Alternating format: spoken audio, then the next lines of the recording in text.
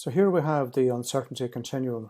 You'll notice that the y-axis, the value axis, which replaces likelihood, goes under the x-axis, where we root value preservation on its journey towards value creation, which is above the right-hand side, the right-hand endpoint of the x-axis.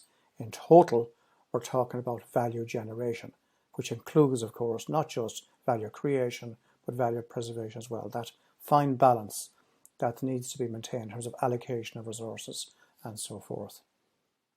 Getting back to the y-axis, the value axis here, there are two links at the end of this deck which make the case for the introduction of a chief value officer who will replace, it is said, over the next short number of years, the chief financial officer.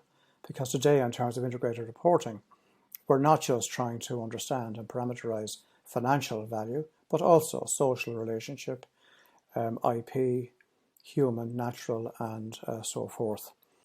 On the x-axis here, which is replacing impact, we have time. And here, for example, we will seek to parameterize the effect of uncertainty on sustainability over time. And you can change that descriptor as required.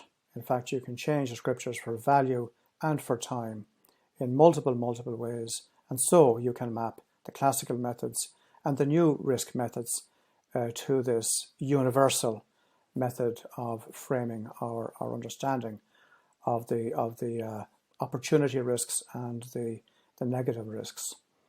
So what type of things exist at the value preservation piece of the continuum? Here we're talking about the auto liables of excellence and quality assurance, systems compliance, and of course regulatory compliance as a mission critical requirement. In terms of the middle of operating management, we're talking here about the reconciliation of business issues, margin management, ESG impacts, continuity operations, and so forth. You'll notice that the preservation posture exists under the column there that is headed compliance and preservation objectives. Because remember again, what is a risk? It is anything that can accelerate or might otherwise slow down the achievement of objectives. And of course, you will have discrete compliance and preservation objectives, as you would have operating and performance objectives. In terms of at the strategic level, we're looking at strategic objectives, investment and return, capital allocation, and again, at that strategic level, ESG impacts. And in totality here, what we're looking at is shifting the dial in the whole conversation away from, let's say, risk as a concept to uncertainty. That is a better understood thing. Take, for example, a person with £100 and they want to ensure that that £100 will attain its value in 5 years' time. Well, it's pretty certain if they put it under the mattress, it won't be worth £100 in 5 years' time. So what must they do? To achieve the objective of ensuring that it will be worth at least retaining its value, if not more, in 5 years' time, they need to invest it.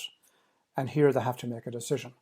And as I said before, every time you're making a decision, you're managing a risk. So risk in this context, of course, is neutral. And that really is it. It is organized common sense. It is universal because all objectives, all considerations, and the classical, as well as the new and emerging risk challenges, can be accommodated within the unified framework.